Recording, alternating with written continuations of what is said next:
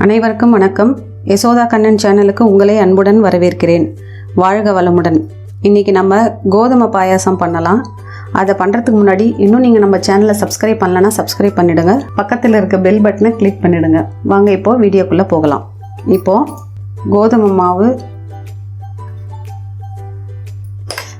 ஒரு 4 ஸ்பூன் எடுத்துக்கலாம். 5 ஸ்பூன் கூட எடுத்துக்கலாம். எடுத்துக்கிட்டு அதை கட்டி இல்லாமல் நல்லா கரைச்சிக்கலாம். கொஞ்சமாக தண்ணி விட்டு முதல்ல கட்டி இல்லாமல் கரைச்சிக்கலாம். இந்த மாதிரி நல்லா தேய்ச்சி கட்டி இல்லாமல் கரைச்சிக்கலாம். முதல்ல இன்னும் கொஞ்சம் தண்ணி விட்டு கரைச்சிக்கலாம். நல்லா இந்த மாதிரி இப்போ கரைச்சிங்கனாச்சு. இப்போது நான் இந்த டம்ளரில் 1.5 டம்ளர் தண்ணி இந்த பாத்திரத்தில் வச்சுருக்கேன். ஏற்கனவே 1 டம்ளர் ஊற்றிருக்கேன். இப்போ 1/2 டம்ளர் ஊற்றிருக்கேன். இதை இப்போ நம்ம ஆன் பண்ணிக்கலாம். தண்ணி சூடான உடனே இந்த நம்ம கரைச்சி வச்ச இந்த கோதுமை மாவை அப்படியே கொஞ்சமாக அப்படியே ஊற்றிக்கிட்டே கலந்து விட்டுக்கிட்டே இருக்கணும். அப்போ தான் கட்டி ஆகாமல் இருக்கும். தண்ணி காயட்டும். இப்போது அந்த தண்ணி காயறதுக்குள்ளே நம்ம ஒரு 100 கிராம் வெல்லம் எடுத்திருக்கேன் நான். அதில் கொஞ்சமாக தண்ணி, அதிகம் வேண்டாம், கொஞ்சமாக தண்ணி விட்டு இந்த அடுப்பில் வச்சு நம்ம அதை கொதிக்க வச்சு எடுத்துக்கலாம்.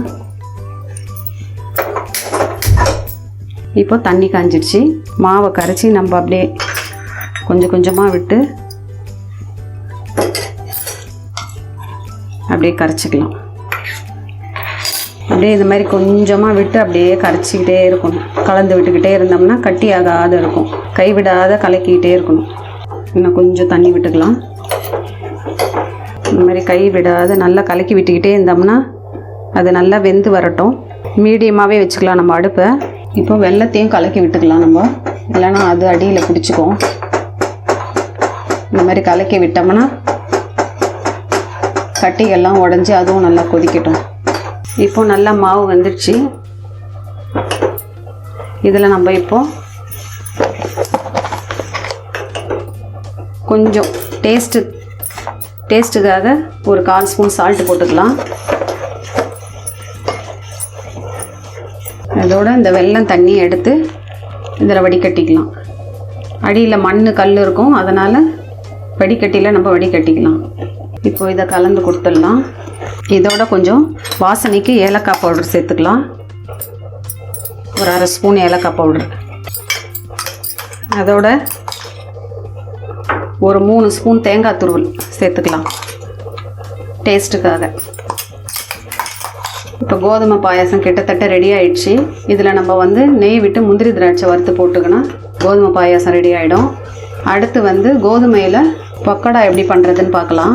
தேங்காய் கொஞ்சம் நேரம் ஒரு நிமிஷம் இதுலேயே குக் ஆகட்டும். நல்லா ஊறி வெந்ததுன்னா பாயாசம் கொஞ்சம் ருசி கொடுக்கும் கூடுதலாக. நல்லா வெந்துடுச்சு. இந்த அளவு தான் கரெக்டான பதம். முந்திரி திராட்சை நெய்யில் வறுத்துன்னு வந்தாச்சு. அதை நம்ம இதில் சேர்த்துடலாம். இப்போ கோதுமை பாயாசம் ரெடி ஆயிடுச்சு. இப்போது சுவையான ஆரோக்கியமான கோதுமை பாயாசம் ரெடி ஆயிடுச்சு. இதே மாதிரி நீங்களும் செஞ்சு சாப்பிட்டுட்டு கமெண்ட்ஸில் சொல்லுங்கள். இப்போது அடுத்தது நம்ம கோதுமையில் பக்கோடா எப்படி பண்ணுறதுன்னு பார்க்கலாம். இப்போ ஒரு பாத்திரத்தில் 3 பெரிய வெங்காயம் நல்லா நீல வாக்கில் நான் கட் பண்ணி வச்சுருக்கேன். அதை இதில் சேர்த்துடலாம். அதேமாதிரி 2 பச்சை மிளகா அதை அப்புறமா சேர்த்துக்கலாம். முதல்ல வெங்காயம் மட்டும் சேர்த்துக்கலாம். அதில் இஞ்சி பூண்டு நசுக்குனது கொஞ்சம் எடுத்து ஒரு 10 பல்லு பூண்டு, ஒரு 2 துண்டு இஞ்சி, சீரகம் ஒரு 1/2 ஸ்பூன், ஒரு கைப்பிடி அளவு கருவேப்பிலை, வாசனைக்காக கொஞ்சமாக பெருங்காயம், ஒரு 1/2 ஸ்பூனுக்கு மேலே சால்ட்டு. இப்போ நம்ம இதை நல்லா பிசைஞ்சு கொடுத்துக்கலாம். அப்போ தான் அந்த வெங்காயம்லாம் ஒன்றோட ஒன்று ஒட்டாமல் உதிரியாக இருக்கும். இந்த மாதிரி கையில் உடச்சி விட்டு இந்த மாதிரி பெசரி விட்டோம்னா தனித்தனியாக வந்துடும் வெங்காயங்க. அது வந்துடுச்சு பாருங்கள் தனித்தனியாக. இப்போ அந்த பச்சை மிளகாவை சேர்த்துடலாம்.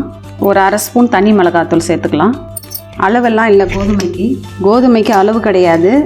இப்போ வெங்காயத்தில் எவ்வளோ தண்ணி இருக்கோ அந்த அளவுக்கு ஏற்ற மாதிரி நம்ம பார்த்து போட்டுக்க வேண்டியதான். நான் ஒரு கப்பில் எடுத்திருக்கேன். நமக்கு எவ்வளோ தேவையோ அதுக்கேற்ற மாதிரி கொஞ்சம் கொஞ்சமாக போட்டு பிசைஞ்சு பார்த்துக்கலாம்.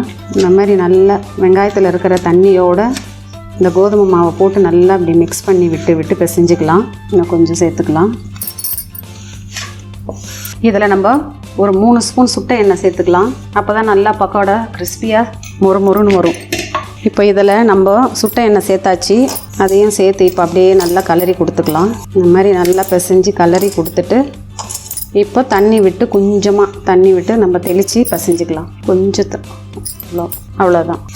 இன்னும் கொஞ்சம் இது பார்க்குறதுக்கு இப்படி தான் இருக்கும், வெங்காயம் மாதிரி. அதுக்கப்புறமா வெறும் வெங்காயம் தெரிகிற மாதிரி தான் இருக்கும்.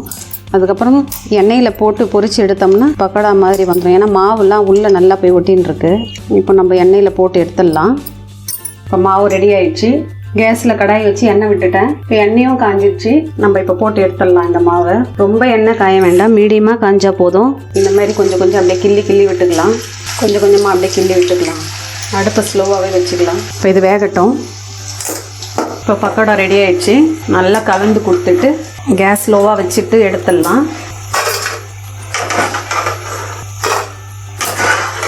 இப்போ கோதுமை மாவில் பாயாசமும் பக்கோடாவும் பண்ணியாச்சு. இதை நீங்கள் செஞ்சு சாப்பிட்டு பார்த்துட்டு கமெண்ட்ஸில் சொல்லுங்கள். இந்த வீடியோ பிடிச்சிருந்தா உங்கள் ஃப்ரெண்ட்ஸ் அண்ட் ஃபேமிலிக்கு ஷேர் பண்ணுங்கள். நன்றி, வணக்கம்.